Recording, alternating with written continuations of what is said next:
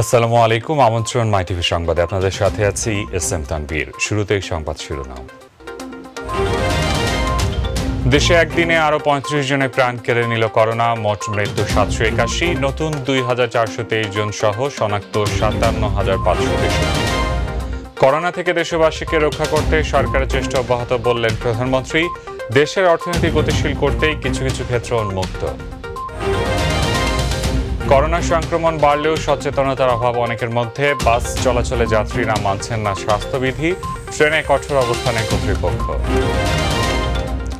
বাজেটে অতিরিক্ত ব্যয় না বাড়ানোর পরামর্শ বিশ্লেষকদের। প্রকল্প নির্বাচনের ক্ষেত্রে বিগত বছরগুলোর তুলনায় সতর্ক হওয়ার তাগিদ। শুনলেন শিরোনাম, এবারে বিস্তারিত। দেশে একদিনে আরও ৩৫ জনের প্রাণ কেড়ে নিল করোনা ভাইরাস। এ নিয়ে করোনায় মৃতের সংখ্যা দাঁড়ালো ৭৮১ জনে। একই সময়ে ভাইরাসটিতে নতুন করে সংক্রমিত শনাক্ত হয়েছেন ২,৪২৩ জন। শনাক্তের হার ১৯.০৯%। এ পর্যন্ত মোট আক্রান্তের সংখ্যা দাঁড়ালো ৫৭,৫৬৩ জনে।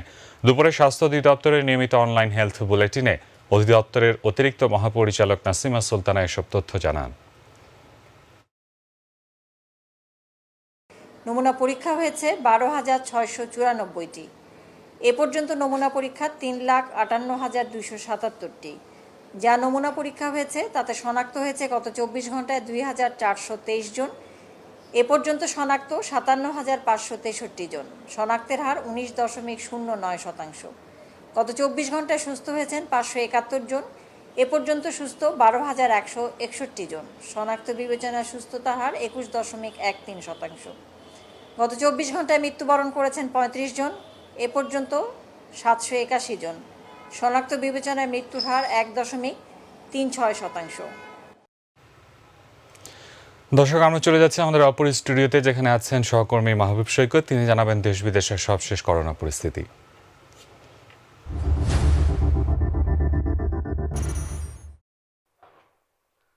তানভীর, আপনাকে ধন্যবাদ। গত ২৪ ঘন্টায় সারা দেশে আরও কিন্তু এই কোভিড-১৯ বা করোনা সংক্রমিত হয়েছে। সেই সংখ্যাটা হচ্ছে ২,৪২৩ জন। এ নিয়ে মোট সংক্রমিত ব্যক্তির সংখ্যা দাঁড়ালো ৫৭,৫৬৩ জনে। অত্যন্ত দুঃখের সাথে জানাচ্ছি যে গত কয়েকদিনের মতো আজও মৃত্যুর সংখ্যা সেই ৩০ থেকে ৪০-এর কোটায়। ৩৫ জন গত ২৪ ঘন্টায় মারা গিয়েছেন এই সংক্রামিত হয়ে, এবং মোট সংখ্যা দাঁড়ালো ৭৮১ জনে। পাশাপাশি ভালো একটু খবর দিতে চাই, তা হচ্ছে যে সুস্থ হয়েছেন গত ২৪ ঘন্টায় ৫৭১ জন। মোট সুস্থ হলেন ১২,১৬১ জন। আমরা একটু বিশ্ব পরিস্থিতির দিকে তাকাই, তা হচ্ছে যে বিশ্বের আক্রান্তের সংখ্যা কিন্তু উপরের দিকেই যাচ্ছে। তা হচ্ছে যে এই আমাদের হাতে তথ্য অনুযায়ী ৬৫,৯৫,০০০, মানে হচ্ছে প্রায় ৬৬ লাখ আক্রান্তের সংখ্যা ছাড়াচ্ছে সারা বিশ্বে, এবং মৃত্যু হচ্ছে ৩,৮৮,০০০, মানে ৪ লাখের ঘর ছুঁই করছে। যথারীতি এই আক্রান্ত এবং মৃত্যুর সংখ্যায় শীর্ষে রয়েছে যুক্তরাষ্ট্র। এরপর সেখানে ব্রাজিল, হু করে বাড়ছে আক্রান্তের সংখ্যা। তৃতীয় অবস্থানে রাশিয়া রয়েছে। সতর্কর যে বিষয়টি, তা হচ্ছে যে আমাদের পার্শ্ববর্তী দেশ ভারত কিন্তু সপ্তম স্থানে চলে এসছে। কয়েকদিন থেকেই সেখানেও কিন্তু এই সংক্রমণের বিষয়গুলো রয়েছে।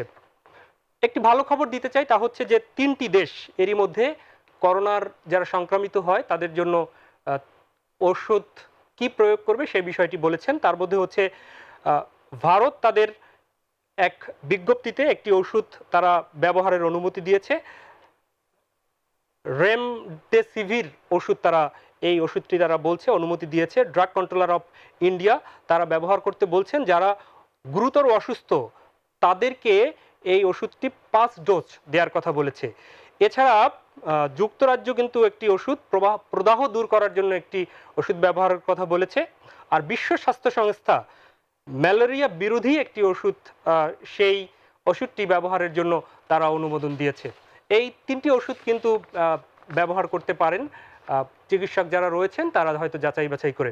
একটি বিষয়ে রোহান, তা হচ্ছে যে আমরা একটু বলতে চাই, তা কয়েকদিন থেকেই গণমাধ্যম এবং বিশিষ্ট ব্যক্তিরা বলছেন তা হচ্ছে যারা করোনা আক্রান্ত হচ্ছেন তাদের প্রতি সমাজের একটা নেতিবাচক দৃষ্টিভঙ্গি, এবং পাশাপাশি যারা নিহত হচ্ছেন করোনা আক্রান্ত হয়ে তাদের দাফন এবং সৎকার নিয়েও কিন্তু নেতিবাচক দৃষ্টিভঙ্গি রয়েছে।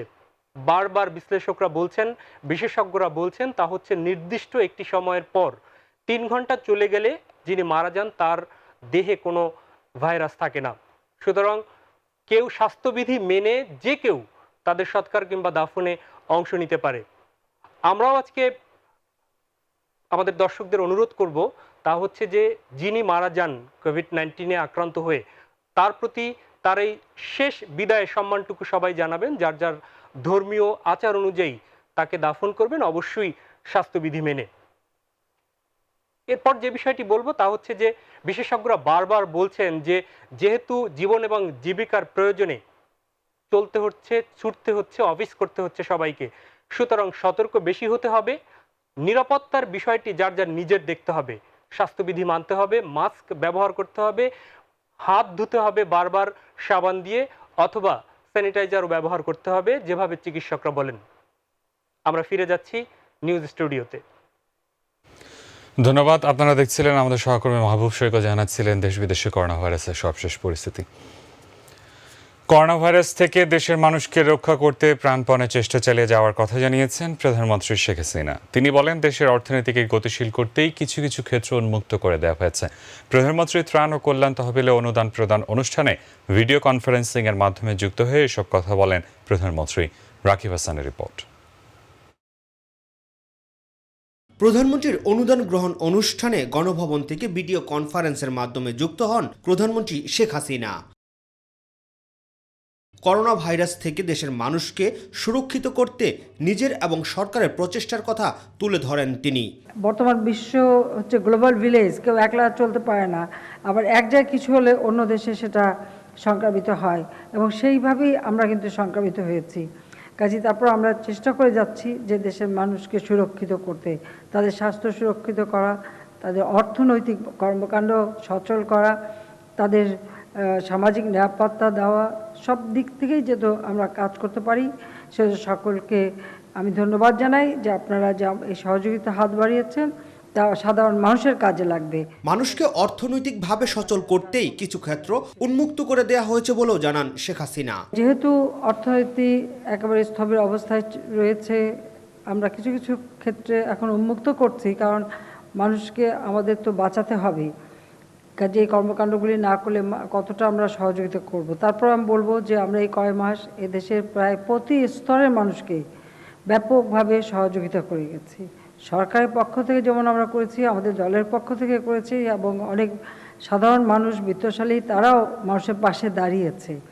বাংলাদেশের জনগণের মাঝে এই আন্তরিকতাটা আছে দেখেই কিন্তু এখনও আমাদের দেশের মানুষ অন্ততপক্ষে তারা খেতে পারছে বা তারা চলতে পারছে। করোনা ভাইরাসে যাদের মৃত্যু হয়েছে তাদের আত্মার মাগফেরাত এবং শোক সন্তস্ত পরিবারের প্রতি সমবেদনা জানান প্রধানমন্ত্রী শেখ হাসিনা।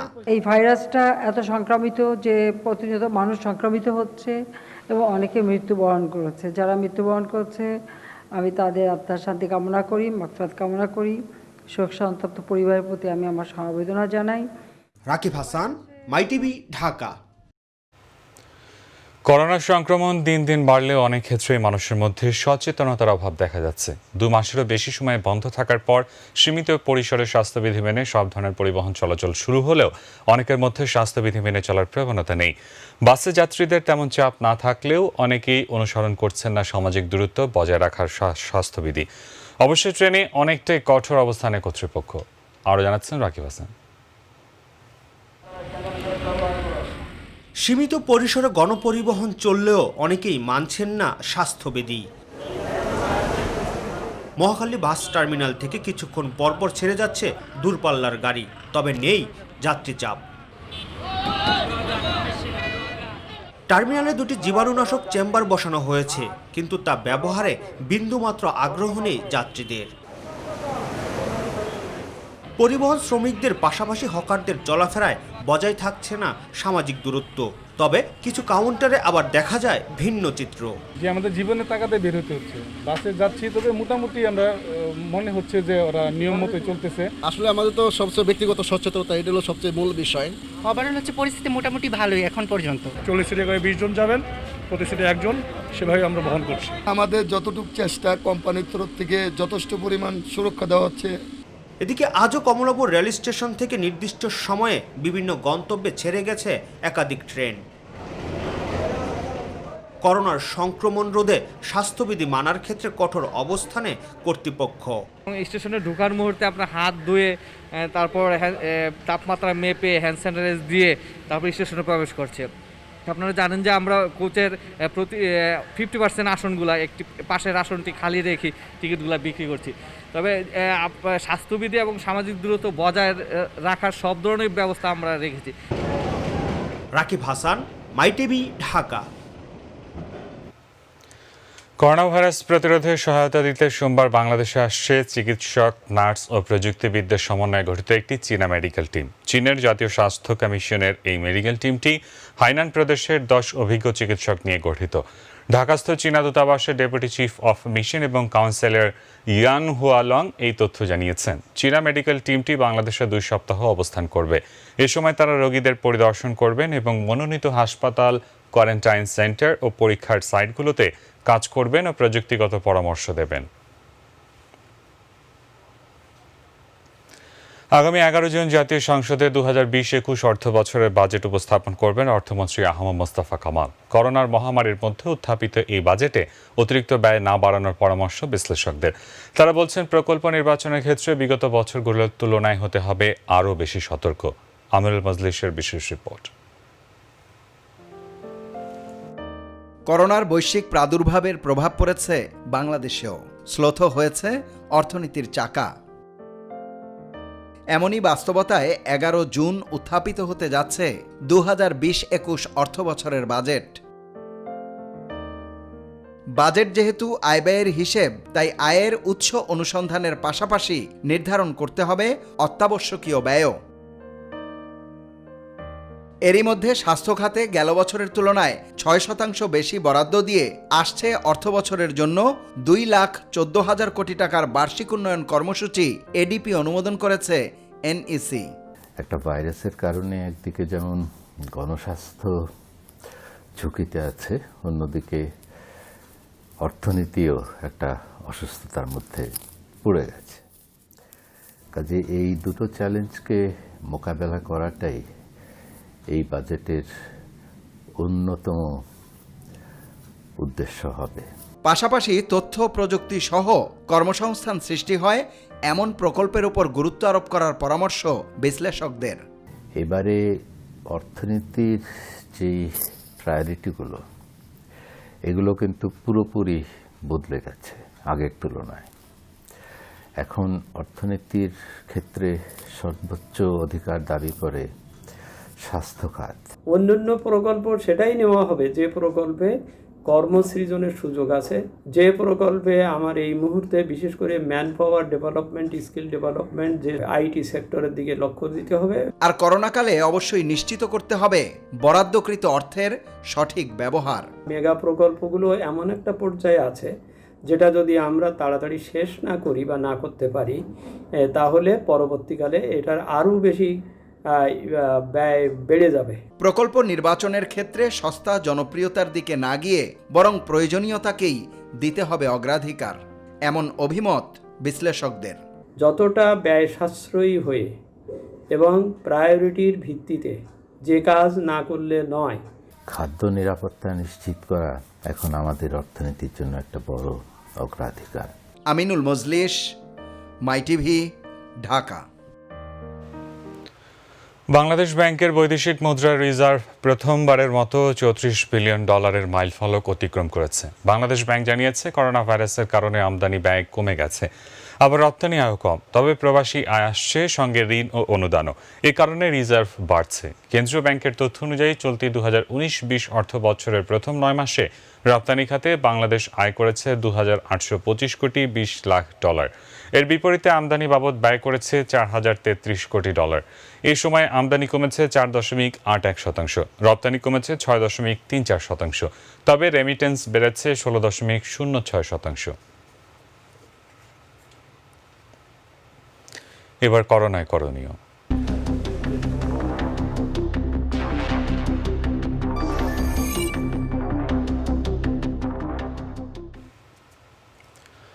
দিন যত গড়াচ্ছে বাড়ছে করোনা সংক্রমণ। বেঁচে থাকতে সচেতনতার সাথে স্বাস্থ্যবিধি মেনে চলার পরামর্শ বিশেষজ্ঞদের। সুরক্ষার জন্য মাস্ক ব্যবহার এবং হাত ধোয়ার সাথে সাথে চোখের ব্যাপারেও যত্নশীল হওয়ার পরামর্শ তাদের। মাহবুব সৈকতের রিপোর্ট। বিশেষজ্ঞদের মতে মুখ, নাক এবং চোখ দিয়ে মূলত শরীরে প্রবেশ করে কোভিড-19 বা করোনার জীবাণু। মাস্ক ব্যবহার করার মাধ্যমে মুখ এবং নাক দিয়ে সংক্রমিত হওয়া রোধ করা যায় অনেকটাই। এর পাশাপাশি চোখের সুরক্ষার জন্য পরামর্শ এই বিশেষজ্ঞের। নাক, মুখ এবং চোখ, এই তিনটা পদ্ধতিতে এই করোনা শরীরের মধ্যে প্রবেশ করে। সরাসরি প্রবেশ করতে পারে অথবা ইনডাইরেক্টলি প্রবেশ করতে পারে। সরাসরিটা হলো এই জন্য আমরা কিন্তু সামাজিক দূরত্ব মেনটেন করতে বলছি। 3% ক্ষেত্রে আমরা লক্ষ্য করি যে চোখেও এই করোনা আক্রমণ করার ফলে কনজাংটিভাইটিস বা পিঙ্ক আই হয়ে থাকে, পিঙ্ক আই। তো এই ক্ষেত্রে আমরা বলি যে এই যে আই শিল্ড পাওয়া যায় বর্তমানে, যারা মনে করে যে একটা গগলস কোনো কোম্পানি তৈরি করে ফেলেছে, এটা আই শিল্ড হিসাবে ব্যবহার করতে পারে, অথবা এমনি একটা চশমাও কিন্তু অনেকখানি হেল্প করতে পারে। আর এছাড়া যে নাক, মুখ এবং চোখে হাত না দেওয়াটা, এটা কিন্তু করণীয়। প্রাকৃতিক নিয়মে চোখ নিজেই নিজেকে সুরক্ষিত রাখতে পারে বলে অন্য কোনো সমস্যা না হলে সংক্রমণ রোধে চোখের কোনো ওষুধ ব্যবহারের প্রয়োজন নেই বলেও জানান অধ্যাপক ডাক্তার শরফুদ্দিন আহমেদ। চোখের ব্যাপারে দেখবেন যে আমরা যদি কখনো কোনো চোখে হাত দিতে যাই অথবা কোনো শব্দ হয়, হঠাৎ করেই কিন্তু চোখ বন্ধ হয়ে যায়। এটা প্রতি 4 সেকেন্ডে একবার করে কিন্তু চোখের পাতা নড়ে, আর এটা একটা ভীতিও করে। যেমন কোনো রকম যদি কোনো চোখের কোনো কিছু আসতে যাচ্ছে, বাতাস হচ্ছে, তখন কিন্তু চোখ বন্ধ হয়ে যায়। এটাও একটা অটো প্রোটেকশন আছে। সংক্রমণ থেকে বাঁচতে সবাইকে স্বাস্থ্যবিধি মেনে চলার আহ্বান চিকিৎসকদের। হাত ঘন ঘন ধুই 20 সেকেন্ড করে, তাহলেই ভালো হবে। মাহবুব সৈকত, মাই টিভি, ঢাকা। স্বাস্থ্যবিধি না মানলে দেশের পরিস্থিতি আরও নাজুক হতে পারে বলে মন্তব্য করেছেন আওয়ামী লীগের সাধারণ সম্পাদক, সড়ক পরিবহন ও সেতুমন্ত্রী ওবায়দুল কাদের। সকালে নিজ বাসভবনে ভিডিও বার্তায় তিনি বলেন, সরকার সংকটপূর্ণ এই সময়ে সকলের কাছ থেকে দায়িত্বশীল ভূমিকা আশা করে। ঐক্যবদ্ধ থাকার সংকট সমাধানের বড় শক্তি বলেও জানান ওবায়দুল কাদের। স্বেচ্ছাসেবী সংগঠন সমূহকে সচেতনতা তৈরিতে ভূমিকা রাখার আহ্বান জানাচ্ছি। সরকার জাতির এ সংকটে সকলের নিকট দায়িত্বশীল ভূমিকা প্রত্যাশা করে। দ্বিমত বহুমত গণতান্ত্রিক সমাজের অলংকার, কিন্তু অভিন্ন প্রাণঘাতী শত্রু করোনার বিরুদ্ধে লড়াইয়ে আমরা দ্বিমত পোষণ করতে পারি না। এখানে ঐক্যবদ্ধ থাকাই সংকট সমাধানের সবচেয়ে বড় শক্তি। করোনায় সবচেয়ে বেশি ক্ষতিগ্রস্ত হয়েছে কর্মক্ষেত্র। বিশ্বজুড়ে অঞ্চলাবস্থা অনেক মানুষকে করেছে কর্মহীন, কমিয়েছে আয়সীমা। বেশ কিছু সমীক্ষা বলছে বিশ্বে প্রতি 5 জনের 4 জনই পরোক্ষভাবে ক্ষতিগ্রস্ত হচ্ছেন। বাংলাদেশের প্রেক্ষাপটে 74% পরিবারের কমেছে আয়, বাড়িয়েছে নতুন করে বেকারত্ব। আরও জানাচ্ছেন মোবাল্লিক করিম। করোনায় কোয়ারেন্টিন, আইসোলেশন কিংবা লকডাউন পরিস্থিতি সরাসরি প্রভাব ফেলছে বিশ্ব শ্রমবাজারে। এই অবস্থায় বিশ্বের শ্রমবাজারে ঠিক কতটা সংকট সৃষ্টি হয়েছে তা পর্যালোচনা করাও বেশ কঠিন। আন্তর্জাতিক শ্রম সংস্থা আইএলওর হিসেবে এবছর বিশ্বের শ্রমজীবী মানুষের আয় কমবে $3.4 ট্রিলিয়ন। 2-3 মাসের মধ্যে বিশ্বে প্রতি 6 জনের মধ্যে অন্তত 1 জন করে কাজ হারাবেন। এছাড়া বিশ্বে প্রতি 5 জনের 4 জনই পরোক্ষভাবে ক্ষতিগ্রস্ত হচ্ছেন। Thank you, Rosalind. Good morning, colleagues in Geneva. Good day, colleagues elsewhere. এর মধ্যে মার্কিন যুক্তরাষ্ট্রে বেকারত্বের হার 14.7% পৌঁছেছে। ইউরোপের শীর্ষ অর্থনীতির দেশ জার্মানি, ব্রিটেন, ফ্রান্স, ইতালি ও স্পেন করোনার কারণে সবচেয়ে বেশি ক্ষতিগ্রস্তের তালিকায়। আইএলওর হুঁশিয়ারি রয়েছে, বিশ্বে বেকারত্বের হার ছাড়িয়ে যাবে 17%। করোনার প্রভাব পড়েছে বাংলাদেশের প্রেক্ষাপটেও। সংক্রমণ ঠেকাতে দীর্ঘমেয়াদের ছুটি ও লকডাউনের প্রভাবে গ্রামের মানুষের ৬২% এবং শহরের মানুষের আয় ৭৫% কমে গেছে।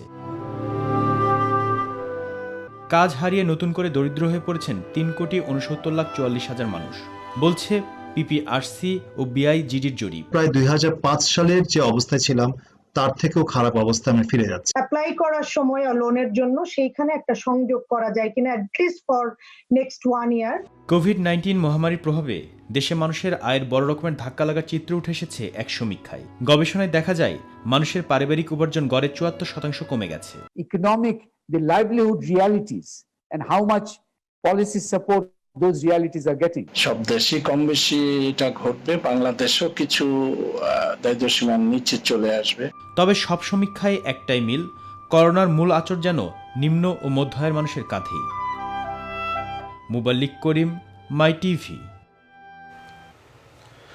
করোনা মহামারীর মাঝেও থেমে নেই সংবাদ। দেশবাসীকে করোনার সবশেষ তথ্য তুলে দিতে প্রতিকূল পরিস্থিতিতে জীবন বাজি রেখে কাজ করে যাচ্ছেন সংবাদকর্মীরা। এরই মধ্যে করোনা আক্রান্ত হয়েছেন বেশ কয়েকজন সংবাদকর্মী। তাদের অনেকেই জয় করেছেন এই রোগ, অনেকে আরোগ্যের দ্বার প্রান্তে। তাদের করোনার প্রতিরোধের গল্প থাকছে মাহবুব সৈকতের আরও একটি রিপোর্টে। কোভিড-19 বা করোনা সংক্রমণের শুরু থেকেই সর্বশেষ তথ্য পৌঁছে দিয়ে এবং একই সাথে মানুষকে সচেতন করতে সেবামূলক অন্যান্য পেশার সাথে শত প্রতিকূলতার মধ্যেও কাজ করে যাচ্ছেন গণমাধ্যম কর্মীরা। এ সময় করোনা সংক্রমিত হয়ে চিরবিদায় নিয়েছেন দেশেরও কয়েকজন সংবাদকর্মী। আবার সুস্থ হতে চিকিৎসাও চালিয়ে যাচ্ছেন অনেকে। তবে করোনা মুক্ত হয়ে সংবাদ সংগ্রহে নামার জন্য মানসিকভাবেও প্রস্তুতি নিচ্ছেন কেউ কেউ। আমি একা ঘরে থাকি, একটা মানুষ, একটার পর একটা আমার হতে থাকলো। 104 ডিগ্রি জ্বর, আমি শেষ 7 দিন যে শ্বাসকষ্ট, তীব্র শ্বাসকষ্ট, 7বার 8বার যখন আমার ডায়রিয়া হচ্ছে, আমার হাত ঠান্ডা হয়ে আসছে, অর্থাৎ প্রেশার নেমে যাচ্ছে, ঠিক তখনও আমি বুঝতে পারছিলাম না যে আমি বেঁচে থাকবো কিনা। বেসরকারি একটি টেলিভিশনে কর্মরত এই জ্যেষ্ঠ সাংবাদিক তুলে ধরেন তার করোনা যুদ্ধের সময়গুলোর কথা। 103 ডিগ্রি জ্বর, 4 ডিগ্রি জ্বর নিয়ে নিজের জন্য রান্না করেছি, নিজের কাপড়গুলো ধোয়ার চেষ্টা করেছি। যার কারণে আমি যখন খুব অসুস্থ থাকতাম তখন আমি রান্না করতে পারতাম না, কিন্তু আমার সাহসটা ছিল। আমি ফল খেয়ে থাকতাম, আমি রাইস স্যালাইন খেয়ে থাকতাম, আমি ওর স্যালাইন খেয়ে থাকতাম, কিন্তু আমি এইটা মাথায় রাখতাম যে আমাকে একটু শক্তি লাগবে একা একা। ভাইরাস থেকে মুক্ত হতে চিকিৎসকের পরামর্শ এবং ওষুধ সেবনের অভিজ্ঞতার কথাও জানান সাংবাদিক হাসান মাহমুদ। হাসপাতালের পরিবেশ অন্য সহকর্মীদের কাছ থেকে যা শুনেছি সেটাও আমার জন্য খুব বেশি আমাকে সুস্থ করে তুলবে এমনটা মনে হয়নি।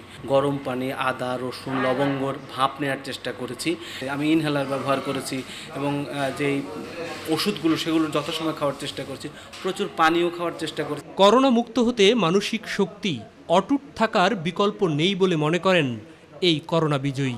আমি উপরওয়ালার উপর আস্থা রেখেছি এবং সাহসটা ধরে রাখার চেষ্টা করেছি। প্রতিনিয়ত আমার কাছে মনে হয়েছে যেন আমি মর্গে শুয়ে আছি, কিন্তু তবু আমি ভেবেছি যে না, সকালটা ইনশাআল্লাহ আমার আসবে। মাহবুব সৈকত, মাই টিভি, ঢাকা। এবারে গ্রাম বাংলার খবর।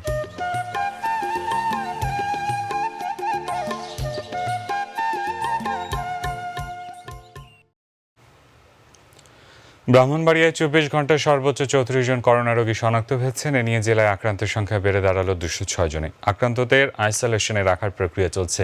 এর আগে থেকে আইসোলেশনে চিকিৎসাধীন আছেন 69 জন। এদিকে করোনা উপসর্গ নিয়ে ঢাকায় চিকিৎসাধীন অবস্থায় এক বৃদ্ধ মারা গেছেন। পরিবারের সদস্যদের করোনা পজিটিভ হওয়ায় তার নমুনাও সংগ্রহ করে পিসিআর ল্যাবে পাঠানো হয়েছে।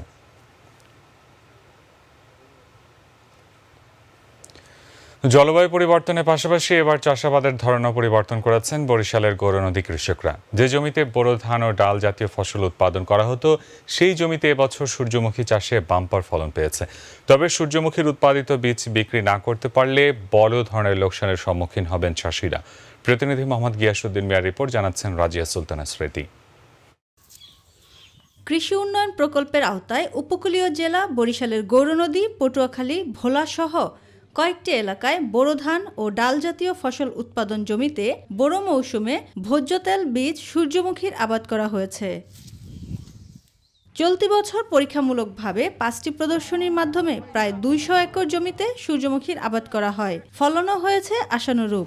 জনগণের কাছে সূর্যমুখী তেলের চাহিদা খুবই বেশি, তাই আমি সূর্যমুখী চাষ করছি এবার। প্রথমবারের মতো সূর্যমুখী চাষ করেছি এবং ভালো ফলাফল পেয়েছি এটা থেকে। খুব ফলন ভালো হয়েছে, আগামী তো আমি এই আর অনেক বেশি করার আমার ইচ্ছা আছে। দেখলাম যে আসলে সত্যিকারের সূর্যমুখী খুব সুন্দর হয়েছে। সম্প্রতি সুপার সাইক্লোন আম্পানের পাশাপাশি টিয়া পাখিও নষ্ট করে ফেলছে সূর্যমুখীর বীজ। বাকি বীজ দ্রুত বিক্রি করতে না পারলে বড় ধরনের লোকসানের সম্মুখীন হবেন চাষিরা। ফলন খুব ভালো হয়েছে, কিন্তু আমাদের এই টিয়া পাখিতে খাইয়া খুব নষ্ট করে ফেলাইতেছে। এখন দানা কেনার মতন কোনো পাইকার নাই, কারণ সরকার যদি আমাকে দানা দিতে কিন্তু তাহলে আমরা একটু লাভবান হইতাম। আর কৃষকদের ক্ষতি পুষিয়ে নেয়া ও বীজ নিয়ে সৃষ্ট আশঙ্কা মোকাবেলায় সর্বোচ্চ সহায়তার আশ্বাস দিলেন কৃষি কর্মকর্তা। এই যে জমিগুলি পতিত থাকবে, এই জমিগুলিতে চাষি উদ্বুদ্ধ করে আমরা এই সূর্যমুখী প্রদর্শনী দিয়েছি। অফিস থেকে আমরা বীজ, সার এবং ইসেলি করার জন্য আবার 1000 করে টাকা চাষিদেরকে দিয়েছি। আরও সম্প্রসারণ করার জন্য আমরা আরও চেষ্টা চালিয়ে যাচ্ছি এবং প্রত্যেক কৃষকই তারা বলেছে যে এই ধারা যদি অব্যাহত থাকে তাহলে তারা চাষাবাদ আরও বৃদ্ধি করবে। বীজ ক্রয়ের জন্য সরকারের কাছে জোর দাবি জানিয়েছেন কৃষকরা। রাজিয়া সুলতানা স্মৃতি, মাই টিভি নিউজ ডেস্ক। এবারে খেলা সংবাদ। 15 জুনের আগে বাংলাদেশ ফুটবল ফেডারেশনের নির্বাচন নিয়ে সিদ্ধান্ত হওয়ার সম্ভাবনা নেই বলে জানিয়েছেন ফেডারেশনের সাধারণ সম্পাদক আবু নাঈম সোহাগ। করোনার সময়ে সরকারের সাধারণ ছুটি না বাড়ানোয় ধীরে ধীরে খুলতে শুরু করেছে ক্রীড়া ফেডারেশনগুলো। সীমিত পর্যায়ে দাপ্তরিক কার্যক্রম শুরু হয়েছে বাংলাদেশ ফুটবল ফেডারেশনে। তবে মাঠে খেলা ফেরাতে পরিস্থিতির উপর নির্ভর করতে হবে বলে জানায় সংস্থাটি। এসএম আরিফের রিপোর্ট। করোনা ভাইরাসের এই প্রাদুর্ভাবের মাঝেও সাধারণ ছুটি বাড়ায়নি সরকার, তাই ধীরে ধীরে সরব হচ্ছে ক্রীড়া ফেডারেশনগুলো। স্বাস্থ্যবিধি ঠিক রেখে সীমিত পর্যায়ে অফিসিয়াল কার্যক্রম শুরু করেছে বাংলাদেশ ফুটবল ফেডারেশন। যখনই আমাদের যে কোনো প্রবলেম হচ্ছে সেটা আমাদের প্রেসিডেন্ট সাহেবকে বলছি, আমাদের এক্সিকিউটিভ কমিটিকে আমরা জানাচ্ছি, ওনারা আমাদেরকে হেল্প করছে সবসময়। যে কোনো কার্পণ্য নাই, তারা যেভাবে বলছে যেভাবে প্রয়োজন সেফটির জন্য তারা সেই প্রিপারেশনের জন্য আমাদেরকে হেল্প করছে। সীমিত সংখ্যক স্টাফ মেম্বার নিয়ে অফিস পরিচালিত হচ্ছে এবং যেখানে আমরা যে স্বাস্থ্যবিধিগুলো রয়েছে সেগুলো মেনটেন করেই নিরাপত্তামূলক ব্যবস্থা এনশিওর করে আসলে আমাদের অফিসটি পরিচালিত হচ্ছে। তবে এখনই মাঠে ফেরার জো নেই খেলোয়াড়দের, যদিও ফুটবলারদের ফিটনেসের উপর গুরুত্ব আছে ফেডারেশনের। আমাদের খেলোয়াড়রা সবাই যার যার বাসায় অবস্থান করছে এবং সেখানে আমাদের বাংলাদেশ জাতীয় ফুটবল দলের প্রধান প্রশিক্ষক মিস্টার জেমি ডে তিনি কিন্তু খেলোয়াড়দেরকে প্রতিনিয়ত সাপ্তাহিক তাদের ট্রেনিং সেশন দিচ্ছে। তাদের দৈনন্দিন ট্রেনিং সেশন সম্পর্কে কোচকে অবহিত করতে হয়। করোনার কারণে স্থগিত আছে বাফুফে নির্বাচন। লকডাউন শিথিল হলেও 15 জুনের আগে নতুন সিদ্ধান্ত আসার সুযোগ নেই বললেন বাফুফের সাধারণ সম্পাদক আবু নাঈম সোহাগ। যদি পরিস্থিতি অ্যালাউ করে 15 তারিখের পরে বাফুফে কার্যনির্বাহী কমিটির একটি মিটিং থাকবে, বোর্ডের একটি সভা থাকবে। যদি আমরা বোর্ডের সভা আহ্বান করতে পারি, পরিস্থিতি অ্যালাউ করে, তখন সেই বোর্ডের মিটিংয়েই আসলে তখন বাফুফে ইলেকশন কবে হতে পারে, কখন হতে পারে। এসএম আরিফ, মাই টিভি, ঢাকা। এরই সঙ্গে সংবাদের শেষ প্রান্তে আমরা, তবে যাওয়ার আগে সংবাদ শিরোনামগুলো জানিয়ে দিচ্ছি আরও একবার। দেশে একদিনে আরও 35 জনের প্রাণ কেড়ে নিল করোনা। মোট মৃত্যু 781, নতুন 2423 জন সহ শনাক্ত 57,563। করোনা থেকে দেশবাসীকে রক্ষা করতে সরকারের চেষ্টা অব্যাহত বললেন প্রধানমন্ত্রী। দেশের অর্থনীতি গতিশীল করতেই কিছু কিছু ক্ষেত্র উন্মুক্ত। করোনা সংক্রমণ বাড়লেও সচেতনতার অভাব অনেকের মধ্যে। বাস চলাচলে যাত্রীরা মানছেন না স্বাস্থ্যবিধি, ট্রেনে কঠোর অবস্থানে কর্তৃপক্ষ। বাজেটে অতিরিক্ত ব্যয় না বাড়ানোর পরামর্শ বিশ্লেষকদের। প্রকল্প নির্বাচনের ক্ষেত্রে বিগত বছরগুলোর তুলনায় সতর্ক হওয়ার তাগিদ।